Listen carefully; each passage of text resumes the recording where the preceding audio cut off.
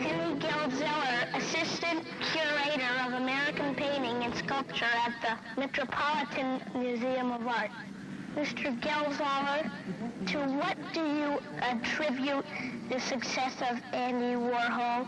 In 1960, it seemed as if abstract expressionism, the painting of Rothko and de Kooning and Klein and Pollock, had proved itself and was international historical painting of first quality. There's no question about it.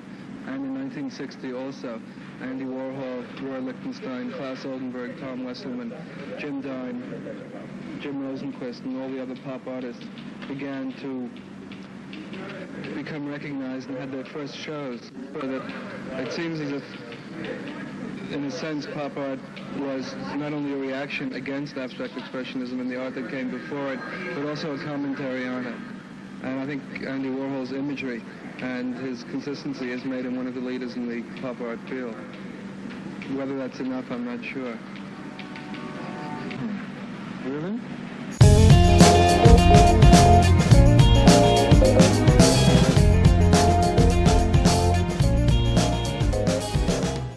The Silver Factory would be considered the first factory. Before that, it was the Firehouse, which was a studio. So, but when the nickname Factory came into being, the silver one on East 47th Street would be the first thing, with the Billy name decorated with tinfoil, and where all the happenings and the parties, and the notoriety first started. You had Roy and Klaus Oldenburg, Rosenquist. I mean, it was extraordinary. And the fact that they didn't compete with each other.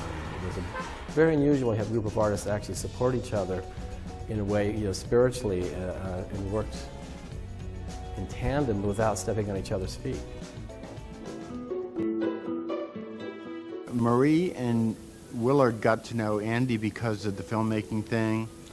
And so Andy brought up that he needed an assistant, somebody he could trust, and maybe an artist type person to help him with his silk screening, to clean the screens after they were done. Because this was, silk screening, especially if you're doing the large paintings, is not an easy process. It's a lot of work and a lot of responsibility and meticulous cleaning the screen afterwards so it doesn't gum up and you can use it again.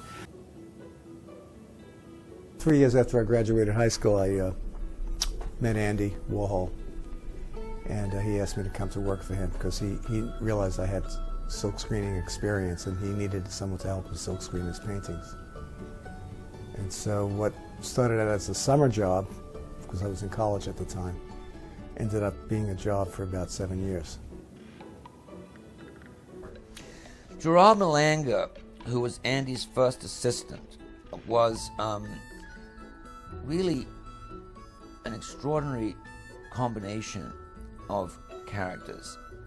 He was unbelievably beautiful. The beauty he had in his sort of Italian Renaissance face was kind of drop-dead sexy, and at the same time he had this big thing about being a poet. He introduced himself, I'm the poet, Okay, here's how you do it. Yeah. You get the photograph. You get the photograph of the subject. If it's Marilyn or whatever, you get the photograph, take it in. Then you have a copy made on a negative. And then you take the reverse negative down and you put it and have it made on a screen, silk screen. Mm-hmm. They burn it in. Then you take it there, you got it. Then you just draw the ink over it and you got the perfect image. Mm-hmm. And then the background, you have to paint the background. Like the Marilyn there. Mm-hmm. Paint the eyelids and hand me that thing and I'll show it to you. It's like this. The black is the image. Mm-hmm. The ink is the image. Mm-hmm. The eyes, the eyebrows, the hair, that's the image. Mm-hmm. And what you do is you make a round oval place like that and you paint it flesh color. Then you paint it with the eyelids. You paint the eyes blue in there. Paint that blue.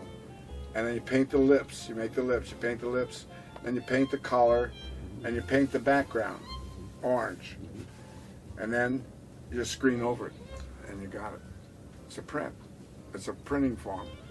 So it's like very simple to do. And the Canadian government spokesman said that your art could not be described as original sculpture. Would you agree with that? Yes. Why do you agree? Well, because it's not original. You have just then copied a common item. Yes. Well, why have you bothered to do that? Why not create something new? Because it's easier to do. He was reading the paper one day and he's going, oh no, I don't understand it, Louis. He says, why are people buying fake, what's that Spanish painter's name that they have? Oh, you're talking about Dali. Dali. Why are they buying these fake Dalis? My God, they say there's something like 20,000 of them out, and they're just buying them up, you know, these prices. I said, well, you don't like that? He says, oh no, I like it. He says, that's great. That's a compliment when somebody makes somebody else's art. He says, I hope people make, and he has named in his book, in one of his books, the way to make his art. Step by step after step after step after step, how to make his silkscreen art.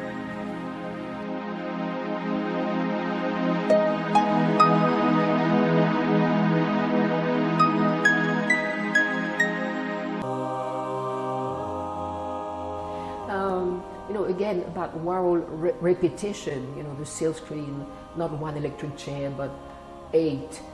Again, that has to do with the 60s, where East met West, where the rock beat, you know, which was the heartbeat, the repetition of the rock. But all of this actually came from way beyond those gurus that came from India, Indian art, sacred art, the Buddha. The Buddha, you don't have one Buddha, you have 670 Buddha. And then Warhol took that and he did 670 Coca-Cola bottles. So you could slice those things because sure it was new, but it was new industrial made, you know. But it always existed, but he knew how to make it post-industrial.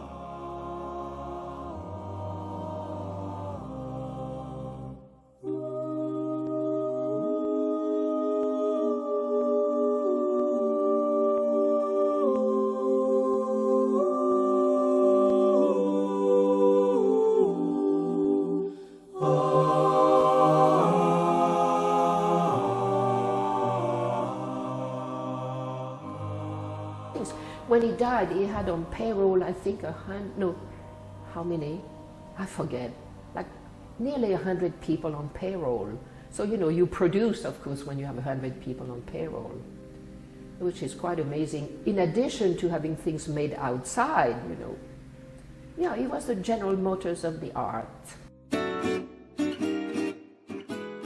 We all lived in loft buildings, and they were all old factories. You know, my dad lived in lofts, and that's where he made art. And one time I was in my father's loft and starving to death because, you know, food was sometimes a little thin on the ground. And I don't know where my pop was. I don't know where Al was. And I didn't have any money. And I was really hungry, and I went down and I found some soup. Couple of cans of soup, and I said, well, this works. And we had a hot plate, and I opened the cans of soup, dumped them in the can, ate them, felt much better, just really delicious, hit the spot.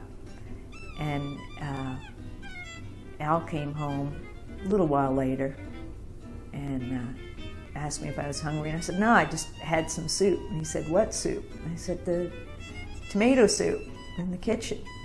And he leave the cans out of the garbage and said, do you know what this is? And I said, yeah, Campbell's the tomato soup.